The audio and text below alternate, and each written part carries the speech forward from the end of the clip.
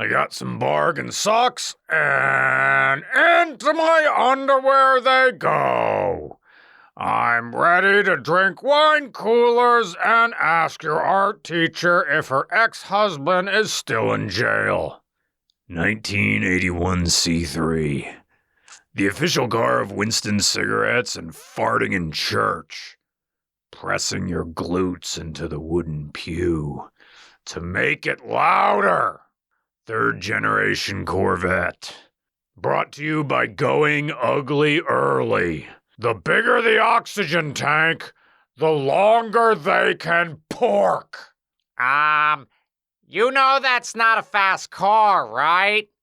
I regret to inform you that a late model Corvette C3 is choked by emissions and actually not very fast. Actually, my 4-cylinder Toyota Camry is faster. My V6 Camry is faster. My Nairo is faster. I don't care. Breaker, looking for broads, who's loose? Ugly women, looking for ugly women. I need you out there, and I need you dirty. I need you dirty and smelly. I need you stinking.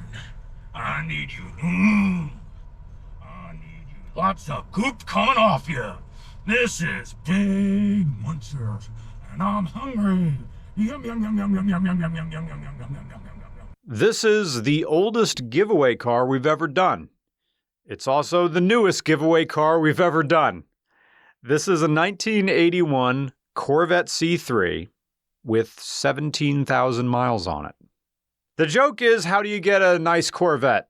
Well, you gotta wait for the person inside to die. So that's what we did. Yep, Justin Bernash got it from the son-in-law or somebody. Replaced most of the rubber stuff, including the tires. These are new tires. And now it's a new 1981 Corvette.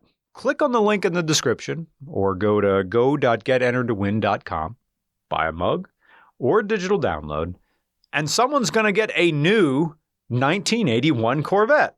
Thank you so much for taking part in these giveaways. They're helping us get to Australia. Australia, November 2024. Imagine being able to get your own Corvette and not have to deal with a Corvette guy. Who's knocking on your back door? Oh, it's the big buffet. Here I come. I need you to line up and bend over. Bend over backwards and pick up pencils off the ground. And I got your deposit coming for you. It's tiny. Still vacuum-operated headlights. Call them pop-up headlights if you want, but they're not. No joke. When I was driving this around just today when we were filming this, a NA Miata drove by and gave me the hi with the pop-up headlights, and I couldn't give them back fast enough because you turn them on and... These are... They're not pop-ups. They're grandpa getting out of his chair ups.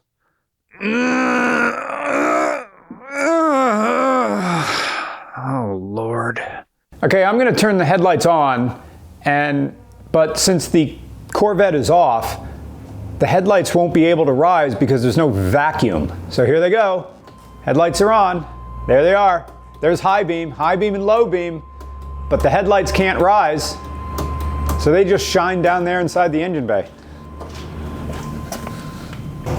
Now the car's running, now we're generating vacuum pressure, now they will rise.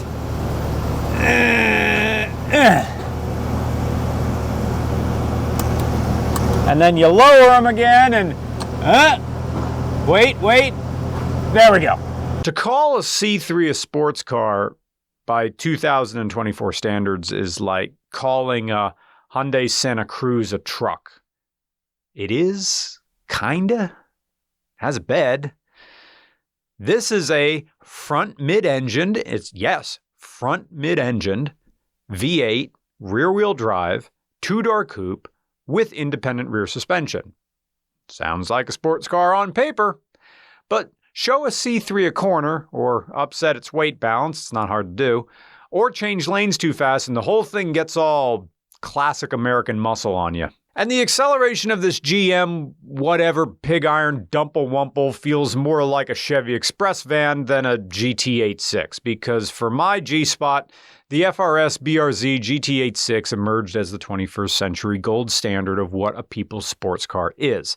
Yes, Miata, yes, I know. But we're talking about a full-size sports car here. And even in the late 1970s and early 1980s, you had the Toyota Celica squaring up against the C3, showing what a four-cylinder sports car can really do, just like the 86s of today. 1981 Corvette C3. Deny that the 1970s are ending. Keep your collar popped up. Disco doesn't suck, drink cologne, punish your insides with Danish go-rounds, and only dry hump because both of your pubes are too big for penetration. Go bowling and buy cigarettes for 12-year-olds. You're 28, but it's 1981 and all the nicotine and kidney stones have you looking 50. Happy St. Patrick's Day. Your name is Cooter Lance. Or Jimmy Spunk. Or Dick Monkey Lasco. Pete, No Questions Television. Trucker James Jail. Bill Maybe Gay. From 1980 to 1982, the Corvette C3 was on life support. After all, the third-gen Vet existed from 1968 to 1982. It saw 5 U.S. presidents and 4 U.S. military conflicts, but only 1 Soviet general secretary. The C3 saw the rise and fall of the disco era. It was present for the entire women's liberation movement. The C3 saw the first gay rights endorsement on a federal level. But as the world changed, the C3 struggled to keep up. By the 1980s, overhead cams were in and push rods were out. Rear engines were hot and front engines were cold. Fuel injection was the new thing and carburation was seen as out of touch as doo-wop. The Corvette C3 predated the moon landing. That's how old this platform is. So, in 1980, GM dressed Grandpa in the latest styles. Bumper covers, aero that works for once, scoops that finally got enough air to the rearward slanted radiator, and mirrors that were shaped different to look with it. But what the C3 was with wasn't it anymore, and what was it was weird and scary emissions controls. In California, the C3 was, for a time, only available with GM's lampoonable 180 horsepower 305 V8, because the 305 was the only V8 GM had that could pass smog laws. Not that the other 49 states had it much better. The big block 454, or 7.4 liter, 390 horsepower and 500 foot-pounds-feet of torque, or 450 horsepower and 500 foot-pounds of torque with the optional 180 CFM 4-barrel Holly. Now, that beast of an engine was long gone in the Corvettes by 1980. So all the rest of the country got was the brown bag bologna sandwich 350, making, in 1981, only 10 more horsepower than the 305. This car makes 190 horsepower. Yes, it makes more torque, but no matter which engine you got in those days, the results was the same. An aggressive wedge of a vehicle with bulging wheel arches, tight waist, a fat ass to match, bulging underwear straining under the tumescent force of a barbed and knotted E621 cock, but it can't do one body squat. The C3 is meant to do one thing, and that's look amazing. What this car does better than few other vehicles on the road is look righteous rolling by an establishment. The erection comes first and the rest of the car follows. If you get this car out of a 1980s context and remember that a lot of this stuff they were doing in the late 60s, it makes a lot of sense. For instance, yes, this car is a front mid-engine vehicle that predates the moon landing. Here's my axle right here. And what is it in front of? The accessory belts. Your engine block is here in the middle of the car. But the odd thing is, oh, and by the way, very nice hinge on this, and still fiberglass hood. The ballast of the people in, is this closed all the way? Yeah, that's GM. The ballast that is your body is so close to the rear wheels. Watch as I sit down. My butt is here. I'm grabbing the wheel. It's here. So as you're driving a C3, the big nose of this car is weaving out in front of you, and you're just in the back. You ever wonder what it's like being in those type of old drag cars where the driver's sitting behind the rear wheels, out in that little sort of Ben-Hur chariot? That's what you're getting a little taste of. But the best part about this car is over here from the passenger seat. This is an AC Delco factory tape cassette, AM/FM radio, and CB radio, all together. I think at some point someone really wanted this, having that they put some Velcro here. Here's how it works. Why is the blower going? I don't want any. Does it just go regardless? Does that blower motor, does it just...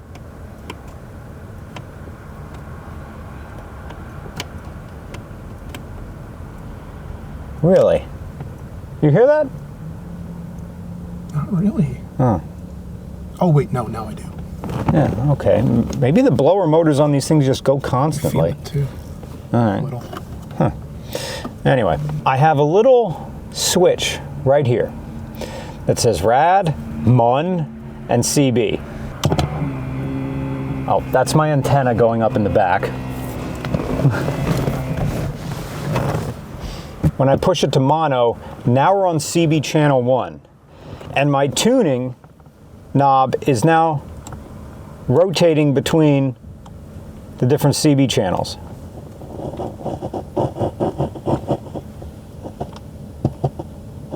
And there's a seek button right here, and that, just like your radio, will also work for the CB radio as well. It's going to start searching channels, and it didn't find anything. Well, we're pretty far from the interstate highway, so maybe there's no truckers or anybody using it right now. I heard that channel 16 is the one that everybody uses. And what if I transmit? You don't need a license. No, you don't need a license to use a CB radio. Dr. Giggle Touch.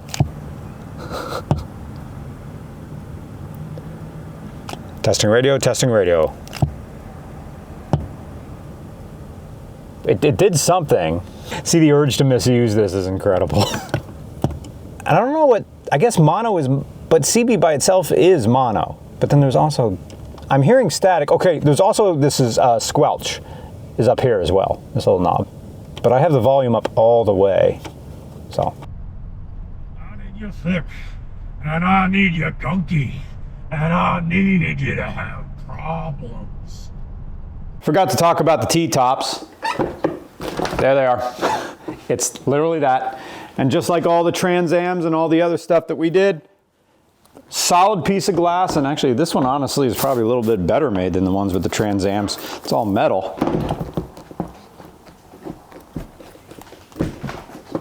Then that's it. In a geopolitical sense, the C3 era of Corvette's history is like Leonid Brezhnev's era of stagnation in the Soviet Union. Both Brezhnev and the C3 presided across 3 decades. They started strong with hopes of innovation, but after a few years, all we saw was a focus on big power and little improvements to quality of life. And both died in 1982. And leading up to that point was a whole smoke and mirrors pageant to make it seem like nothing was wrong and the status quo would last forever. We find it tragic that Corvette owners today with their C5s and the C6s completely underutilize their vehicles, using them only for cruising and never for carving, because C5s and C6s do handle well. But you have to understand where they're coming from. The Corvette owners of today that we like to make fun of grew up with the C3. And what the C3 does is cruise. Yes, there are race versions of these, but they were very, very different than the street. Even with the desirable 4-on-the-floor transmission, what this does is shift into second and rubber band in and out of it on the back roads. but it does it without complaint. It does it quietly and smoothly. Put in the context of 1981, this was still a fast-ish car. It was doing its best to comply with new emissions regulations, the new 55-mile-an-hour national speed limit, and an engine that was still carbureted. But I've been using this as just a regular car, driving it around, and it does that. It has so much low-end torque that first and second gear are dealt with no throttle input. Just a big old train of an engine, still chugging away. So click on the link in the description or go to go.getentertowin.com, buy a mug or digital download, and you're going to win a new Corvette from 1981. This wonderful, weird period where the 70s still existed and the 80s hadn't caught their stride yet. A definite in-between year. This car is a perfect time capsule. And thank you for supporting Regular Car Reviews. Good luck.